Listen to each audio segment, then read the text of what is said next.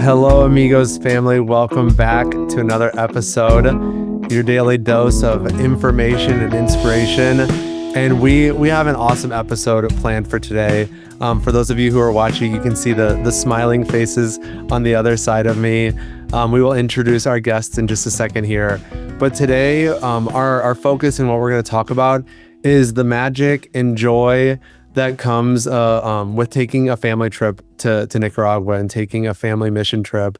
And so Kendra and Brandon will be able to tell us all about what it was like traveling with their three little ones over the years. But something I just wanted to share before we jump in with some of our questions is it's been incredible over the past 25 years.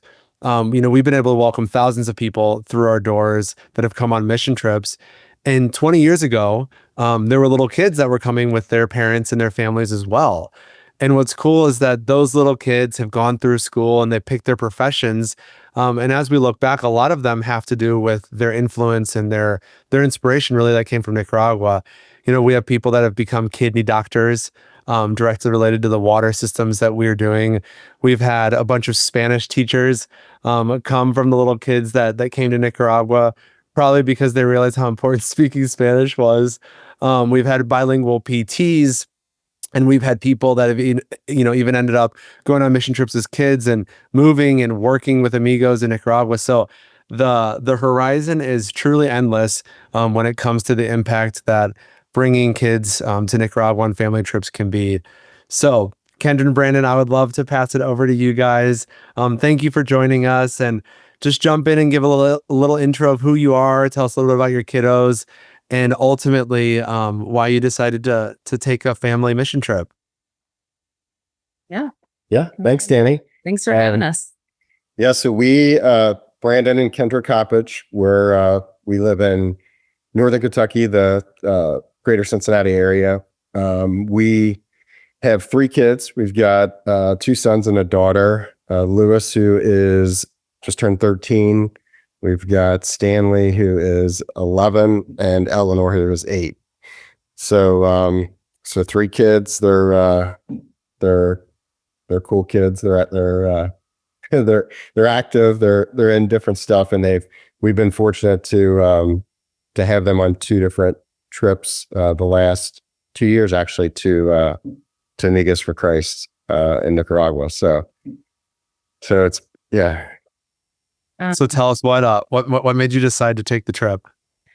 Well, I think that God was really, really pushing us and calling us to take a family mission trip. And one thing kind of just led to another with Nicaragua. And we heard about Amigos through Amigos for Christ through our church, and that they did mission trips. And at the time, our church wasn't.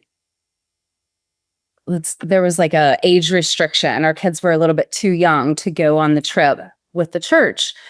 So we kind of just thought about it for a little while, and then Brandon, I don't know if you want to tell the story about the anesthesiologist or... Yeah, so one thing just kind of kept leading, like to the next, and we just kept being called more and more. And there were some interesting, things that seemed kind of like, signals for us to move forward. But this was in 2000 and, sorry, I gave you the age of our kids now, but this was in 2019 when we were considering this and felt compelled to go. And as we were considering it, there were a few things I'm trying to remember, but one specifically I remember is I work and sell different building materials, and then I did a job for a guy, and he somehow I think he brought up while we were in the midst we were considering this, he goes to Nicaragua, for the medical mission trips. And so he's telling me all about it, and I'm all, this is crazy, and so that further cemented our all right, let's figure out a way to do this. And of course we got everything worked out. We're going to go and what's that? I was just going to say that the doctor, was like, oh, it was the best trip. And Brandon was like, oh, we were actually considering that, but our kids are too young. And he was like, what? He's like, that's not Amigos for Christ rule. That, So we kind of bypassed our church and, went straight to Amigos for Christ and inquired, and they were like, oh yeah, bring them. You can do, Yeah. And at the time, our kids would have been.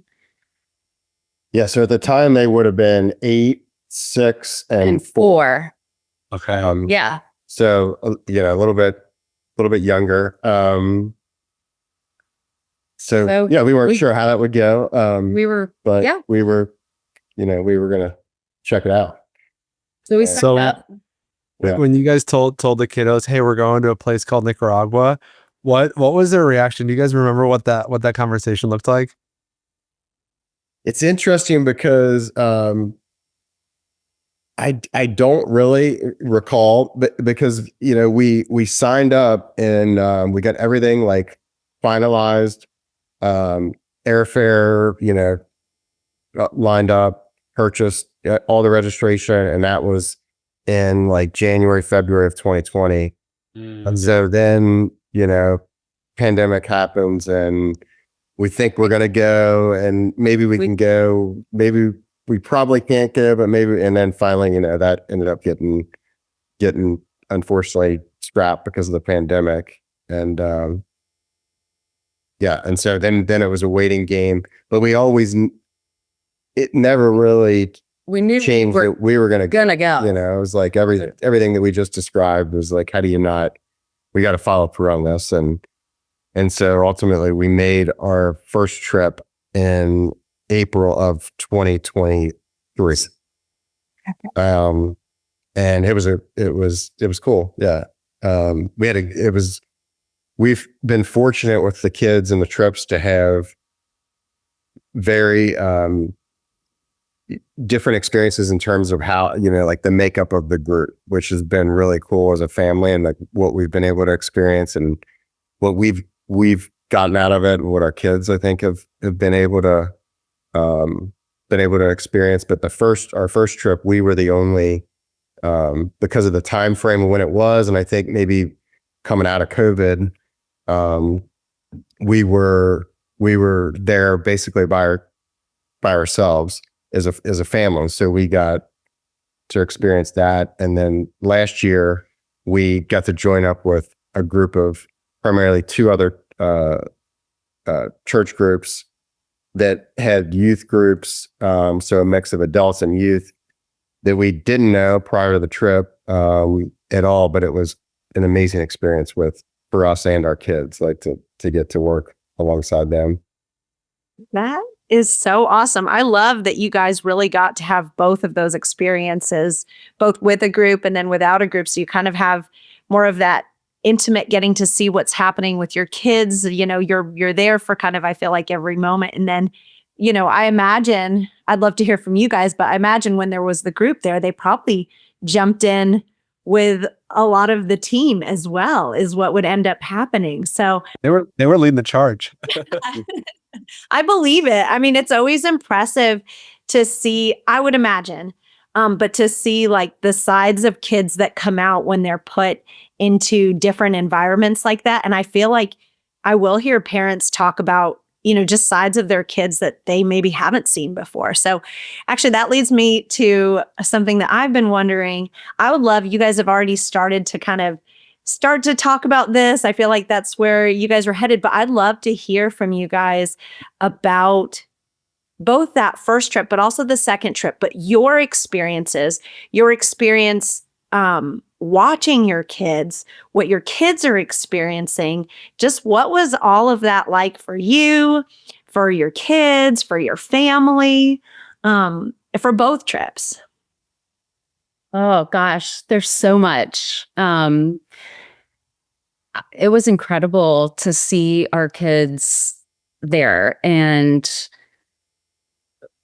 I don't know. I don't even know where to start, but Yeah, well, It's interesting because you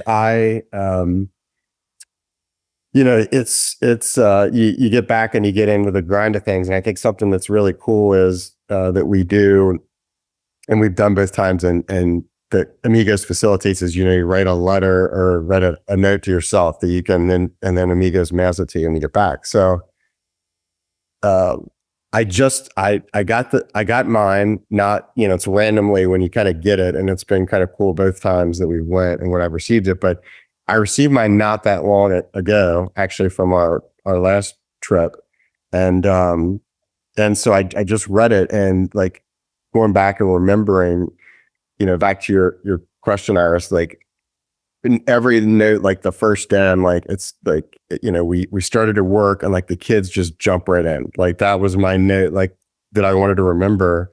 And I feel like that's like the kind of the overarching thing is how our kids, you get to experience, and they're different ages, but pretty collectively across, like they all just how you get to like really see where they're put in this position to like serve. And we went on a small group, so they didn't even have that, but this last trip they had some great modeling from other kids who maybe are a little bit older than them, and have some had been before, and some this was their first trip. But they have some of that, but just it really makes you proud as a parent, where you see their willingness just to engage right away and not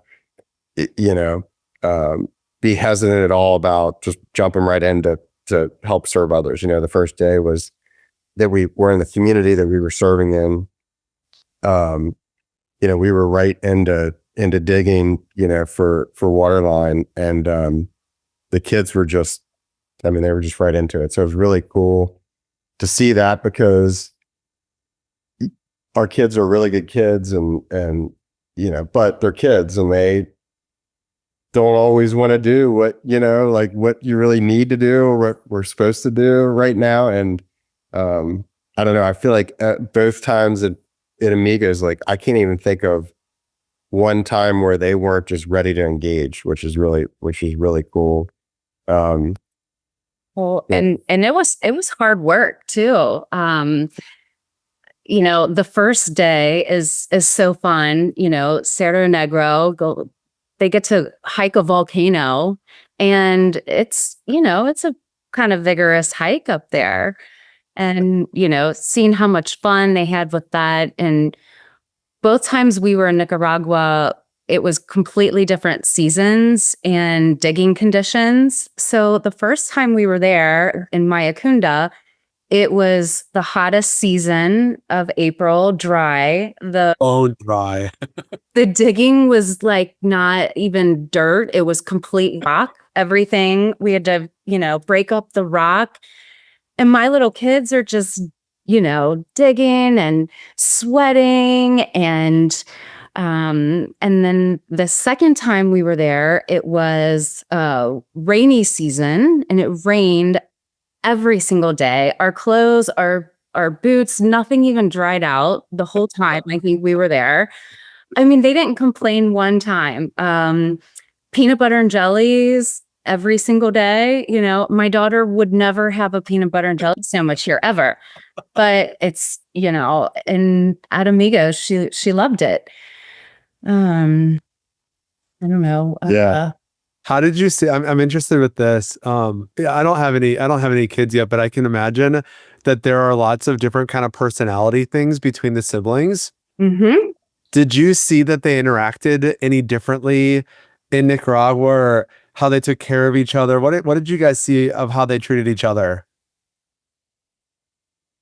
Yeah, I think there was, I don't know about, what do you think? I don't know. It makes me think of, like, I was thinking before, because my answer to that would be, I think they did. And I think primarily it was like, it was a result of like them being really just fully engaged and focused on everything that was going on. Like, I thought as, I don't know, I was thinking about before we were going to have this discussion, like what were the main takeaways? And it was like, for me, and I feel like our kids, I feel like that mission trip was such a perfect example of, I feel like, how we're kind of designed to work, and how God's designed things as far as this balance of work and play, and it's really like for kids and the mission trip, it was like, we're waking up, we're working, we're volunteering, we're serving others, at breakfast or with what we're doing in the morning. We're going out in the community or whatever we're doing that day. And like, you're working and like Kendra said, like, it's legit work. I mean, there's something for everybody, but you can, the relationship side of it's, is a awesome thing and important in the community, but it's really cool because it's legitimate, work that the kids see. At the same time, like, there's a ton of time for the kids to play, the ping pong at the rancho, all the cool stuff, the hikes, playing with the other kids. Yeah, it all kind of knits together. And I think, like, as a result of that, there's not a lot of time for what we see here in Cincinnati and normal everyday, like, kid experience America to, like, just bicker back and forth about, other silly things. So it shows kids too that, like, service, especially done in community like that, really can be fun and life-giving. And I feel like that's a lot of what even Jesus talked about. Like, when you lose your life, you find it, And so it's like, we teach our kids those things, but then for them to go down there and kind of experience this life-giving experience of service is really invaluable. That's what I was talking earlier. Like, on one of the trips we did, like, a family trip prior to the mission trip and serving. And, we stayed on the beach and, it was a vacation setting for a family, and we had it was an amazing time. And, I really, appreciate that. I'm glad we did it. But it's just really interesting, like, how you like observing the kids, because we're on that vacation. And once again, our kids are really good kids. And, but they're still, they're 2 years apart, they're siblings. So they're back and forth, as usual on that. But then, like, when you get to the mission, like, how they change, and observing that is really cool. And I don't know what all goes into that. I speculate, but it was cool to experience that. Well, and both times we did like a little family vacation before the mission trip. And it was kind of going from one extreme to another. And just to see our kids embrace that. And, I mean, we were, kind of at a resort taking surf lessons and, then going to the rancho and, bunk beds, and you're all, I don't know, to see them just like love it still. I mean, there was no hesitation whatsoever with them. So that was cool to see. There's a great contrast between surf lessons and shovels in my Okunda. But I mean, I think it's all, and kudos to you too. It's all the posture and the way that you talked about it of like, hey, family time is good on vacation and we're going to relax and we're going to kick back. And then family time is also really good on mission and working hard and getting to know people. I mean, that you two set the stage for that. So I hope you feel good about the way that you led your family into it, because their reaction is, clearly because of the way that you led them to the experience, which is cool.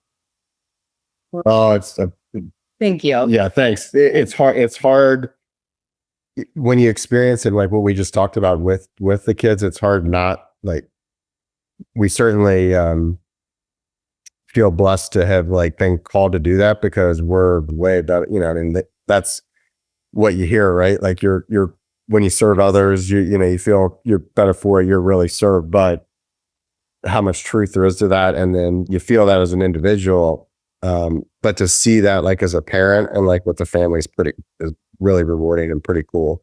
And Well, and one thing that kudos to Amigos, because I mean, I don't know how many times I think of your people over progress statement there, and that, it's really about relationships and the person right in front of you. And the ditch is going to get dug, but it's really like the people. And I think in our society right now, it's like everything moves so quickly, and how efficient can we do things, and um how quickly can we get this done? And then we kind of forget about the people through the progress. And so that's one thing that I took home. I think our family took home with us too. It's like, um, I don't, building into those people, creating relationships. But yeah, the people over progress. I loved it. I I love love that. that. Thank you for sharing that too. For our team too, it's the same thing.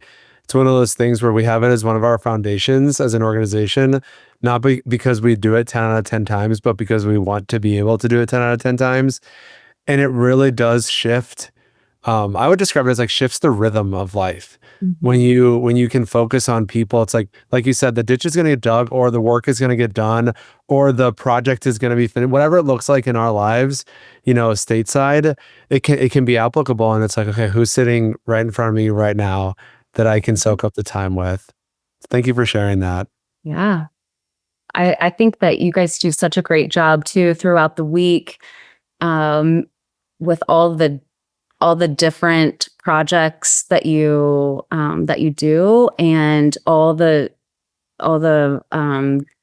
different aspects of Amigos, and how each day kind of builds on each other, and how it all starts with clean water, and then you get to go you know see a community that does not have clean water, and then you get to help dig that ditch, and then the next day you get to go to another community that has gotten clean water, and all the education that you guys are doing with healthcare there, and we get to go to a farm. And like, one of my greatest memories of our kids was when we went to a farm and we planted turmeric and ginger, and my kids were just eating it raw, and John was cracking up.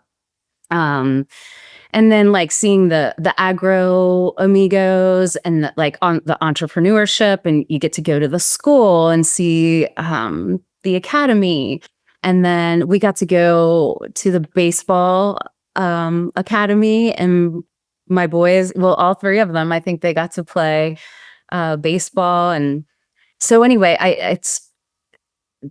there's so much work to be done. And I think that sometimes when you sign up to serve, you're like, oh, do I really need to be here? And I never felt that way at Amigos. And just the infrastructure that you guys have, and how you get to see all of that throughout the week, was really cool. Oh, thank you for sharing that. And I think it's structured. We were talking about that as well earlier. Like, it's structured when you talk about specific to kids. Like, it's a really good, I mean, it's good for adults too. We love to see it, and like, it all works. But when you ask about how is it to take a family, and how do your kids, what do you see in the kids? How do they react to what they're experiencing? I feel like it's a really good structure for the kids, because they're getting a variety of different things. So, I mean, they may not, this may not be their favorite thing, but there is something the next day or the following day that, something that's different and that they can engage with and be interested in. We asked we asked the kids, like, what are some of your favorite memories? And Eleanor talked about how, we got to plant the turmeric and ginger, but then the next day we got to go see the kitchen, and how we got to taste like the hot sauce. And we were so excited when they did the wellness shots. and seeing what they do at the farmers market, and so that's really cool. What did the boys say? What were some of their favorite memories? Well, I think playing ping pong with Ladine. I was just gonna say, I can hear Ladine's laugh echo from a year ago, still now playing ping pong with them. Yeah, I mean, she is the most competitive ping pong player ever, and volleyball player and athlete. Kids probably went back to school. They're like, I played a world-renowned ping pong champion in Nicaragua. She doesn't hold back on kids, man. What else? Yeah, they love. Well, yeah, I think the activities like at the rancho, ping pong, volleyball, basketball. There. The last trip, I think our boys really liked because we were there with the youth groups. So our boys were at the time 12 and 10, so they're with whatever 15, 16, 18, 20-year-old young adults who they really, I think, appreciated, and they were really cool to take our kids in and our boys in and include them with everything, and the girls did with Eleanor as well, our daughter. But I think the boys really really enjoyed that, and so that was a really cool aspect of being with a group. And as a parent, you're like, I mean, it was great to have such good young adults that your kids can model themselves after, that many of which had been there multiple times and just were great people and great young people that have your kids around. So that was a great benefit to being there and being with another group. I love that. We surely will have a lot of parents listening to this. Some parents who have maybe taken their kids on a family mission trip before. Some parents maybe who haven't yet and who have been thinking about it. Maybe they've been on mission trips. Maybe they've been with their spouse, and they're thinking, all right, I feel kind of similar to the nudge that you two felt. Kind of feel a little bit of a nudge, but we know it takes a lot. It takes a lot to fly across the world. It takes a lot to prep everything. What advice could you two give to any parents out there who are thinking, should I do it? When should I do it? How should I do it? What could you do to give them that nudge that you guys got as well?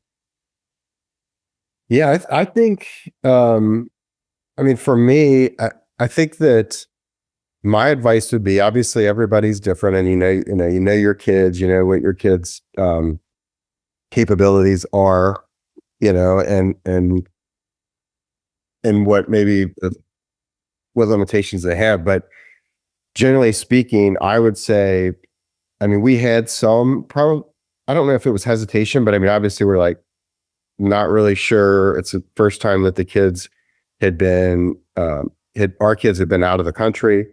And so there was, how are they going to handle this? We're we really don't know, but we're going to do it. And after you do it, I mean, I feel like kids are in other ways, we probably worry more than it's worth, because they're just I mean, they're just rolling with it when we're traveling. We had the concerns that we had for our kids, at least, never really materialized at all. We're we don't know how they're going to adjust to the travel and the country and, get through. And it was never an issue. And then I think Kendra mentioned that we did a vacation on the front side of it for a few days, at the beach. And so we're well, if we do that, we were all worried about, if we go there and then go and do a mission trip, are they just going to complain the whole time? That really was, I think, a concern of ours at the time. We're because we wanted to do it at the back end, and it didn't work out because of the schedule. And it's it worked out great. We talked about earlier. I mean, the kids just really adapted and dove right into it, and, enjoyed it. So I think the advice would be, as long as your kids have the, baseline capability to do it. If there's other, details that you're really that concerned about, I would encourage other people to you know, to go and just dig in and experience it, because I think and hope it'll be like us, where it was, where we were all better for it, in so many ways. In doing that, as far as what our kids' development was, it was good. Yeah. And I would say that your kids are going to have a blast. Like, they are going to have so much fun. And there's something for everyone there, like at any age. Our 13-year-old is already asking when he can go by himself. He's like, how old do you have to be to go when I can go by myself? But like, just how it's set up. For example, when you get there, everyone has a job to do. And, one day it may be doing dishes after breakfast. And our kids jumped right in. They're doing dishes. That doesn't translate to the house. No, Yeah. We're not going to lie to anybody. Please don't travel back in the suitcases on this podcast. Yeah. But so one day, your job may be to do dishes after breakfast. One day you may be on the water team, where you have to go fill up all the big Gatorade water jugs. Or you might be on like PB&J assembly line. I mean, I think one day we made, 80 something peanut butter and jellies. And like, kids can help do all of that stuff. Like, and they felt, important that they had a job to do there. They felt like they were a part of something bigger. And they had fun doing it. That's great. So Iris, go ahead. Sneak in one last question that I have for you guys.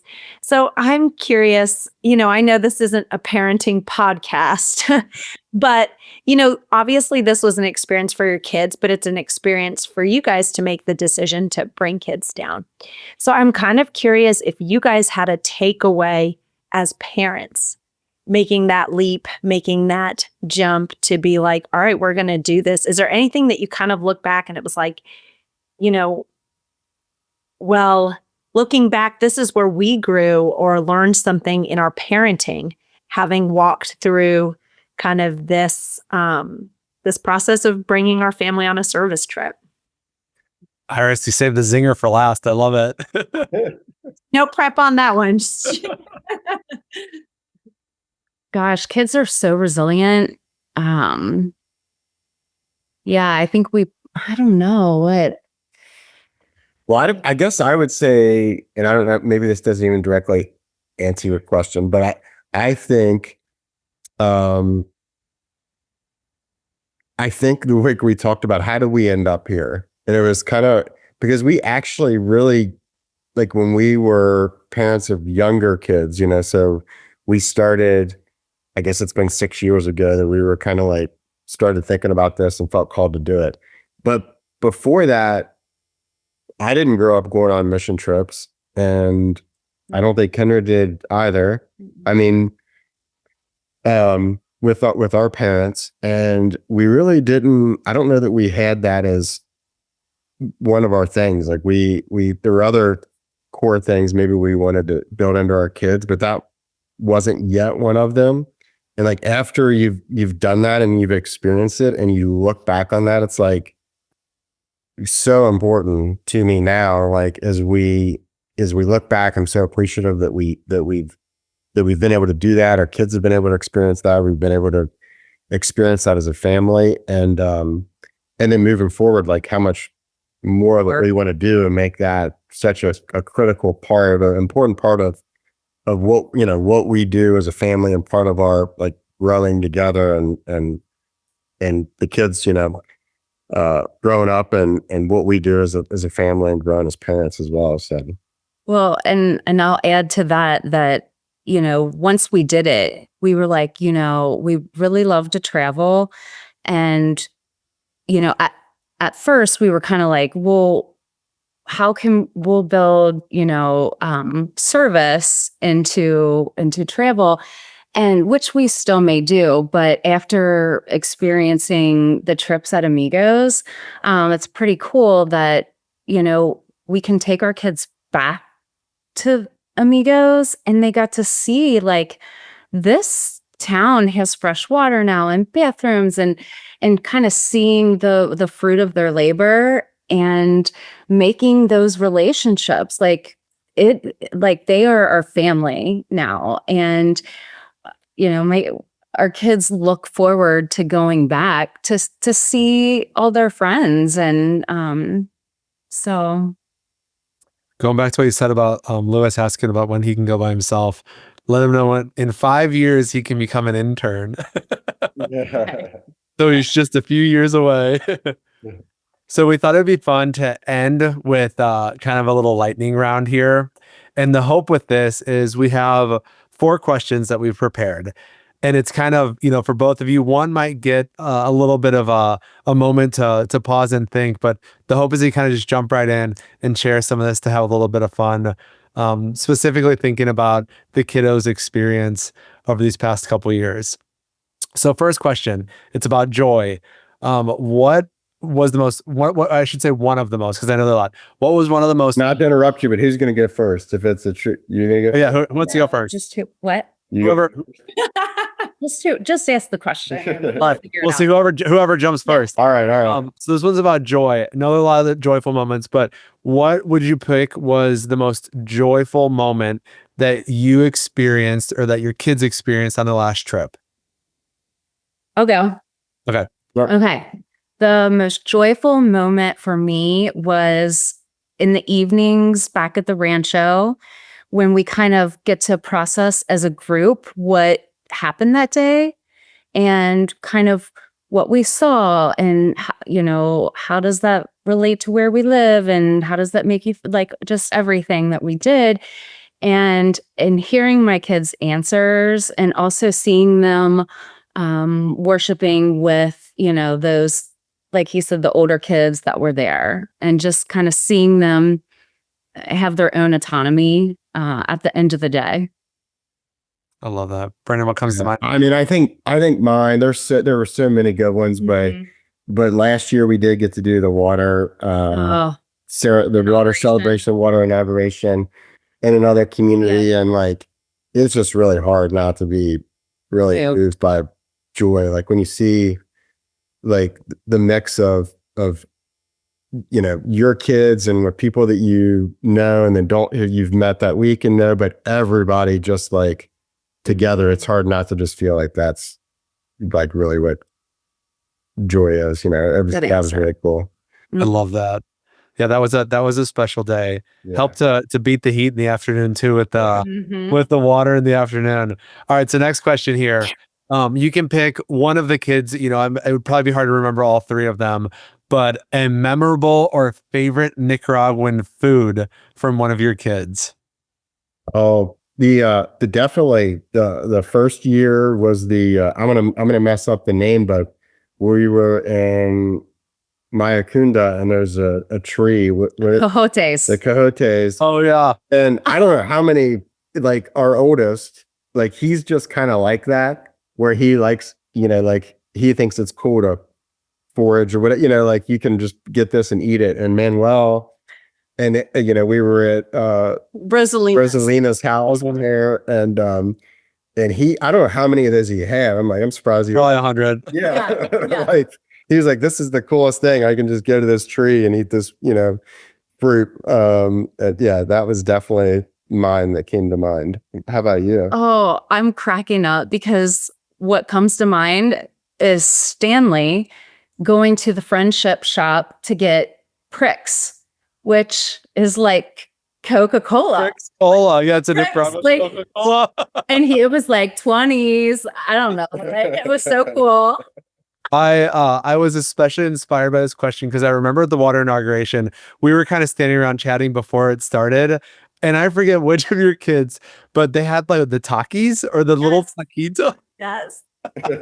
Spicy, yes. Just bright red fingers all over to the fullest. Yes. All right, next question. What was a fun or memorable Spanish language moment with your kids? Anything come to mind? Ooh. Did we? Oh yeah, you got to tell the story about when we were in Lyon about when you tried to order the Stanley food. I should have Hamburguesa and just let my kids handle it because we were at a restaurant in Lyon and Stanley wanted a cheeseburger with bacon only. So no tomato, lettuce, onion, whatever. And I can't remember what I said. A hamburguesa con queso y jamón, whatever. And what came out? It was like it was a huge pile of case bacon. No, but Oh, only bacon. bacon, but it was so thick of and There was no like burger. cut bacon there. Yeah, It so was like a and big. he's like, what is? And I'm like, well, and then we kind of like obviously we understood what the translation ended up being there. Well, that was. Did he look at you? Was he like, Mom, what did you do? Yes, he did. He was like, you totally screwed this up. All right. So I know this last question here. I know some families can be competitive. So if there's a sour memory attached to this, we can skip on by. But if it was all fun and games, then I'd love to hear your answer. Who made it to the top of Cerro Negro first? Which of the kids? Oh, the kids. So Stanley did the first year. Him and they ran up to the top. He lost his hat, but he But he just tried to play cool, walking behind him 45 minutes later. he was definitely first the first year, but I will say this past year. We're on the bus on the way there, and you can go up the side or the front or whatever. You could easy, hard, however you want to do describe it, right? the hike that everybody does, or you can go straight up. Yeah. So, and we're there, and I have no intention. I like to hike or whatever, but I'm like, I don't need to start off the week doing that. And I'm thinking, all right, nobody's gonna do it. Well, I think some of the other kids, there's the older kids, and they're talking about it. And so at the very last minute, like while we're walking off the bus or while we're in the parking lot, Lewis, our oldest, he's like, I'm gonna go up that way. And I didn't think I wasn't mentally prepared to do that, but I'm like, all right, well, I'm not gonna like leave him with all these people that I don't know if he can't make it up. So I'm like, all right, I guess I'm doing it too. And so then he did do it and made it up that side, which was fun, and it was fun for me. But so they both have they both have a spot in that question. Mm-hmm. Everyone who's listening, when you said I wasn't mentally prepared, everyone's nodding their heads, be like, you got to be mentally prepared. Well, guys, thank you so much for this time together. Thank you for the laughter. When thinking about your kiddos, and I love the way that you said it a couple different times, was when they got under that rancho, when they got to Chinandega, in their hearts and their minds, they knew that they were on mission. They knew they were there to serve. They knew they were there to get to know people. Thank you for highlighting people over progress. Thank you guys for making the jump and following through. When you say 6 years ago, the dream kind of started, a lot of people could have said, stuff got in the way, life got in the way, plans changed, but you said, we're going to keep going. And then didn't only make your first trip, but already have made your second trip as well. So thank you guys just for being awesome. Thank you for sharing with everybody listening what it's like to be parents who pack all their kids up and put them on a plane and go to Nicaragua for mission trips. So thank you guys. Absolutely. Thanks for having us. And when you guys are in Cincinnati in October, give us a call. And Iris, I hope to meet you sometime soon and your girls in Nicaragua. That sounds good to me. Love it. All right, Amigos family, thank you for tuning in. Brandon and Kendra, thank you for joining us today. Iris, thank you. Thank you for being here as always as well. And Amigos family, wherever you are today, whether you are on a walk or on a run, whether you're hanging with family or friends or you're at work. We just want to thank you for being you and for being a part of the Amigos family. So tune in for the next one, and we will see you soon. Adios. Yeah.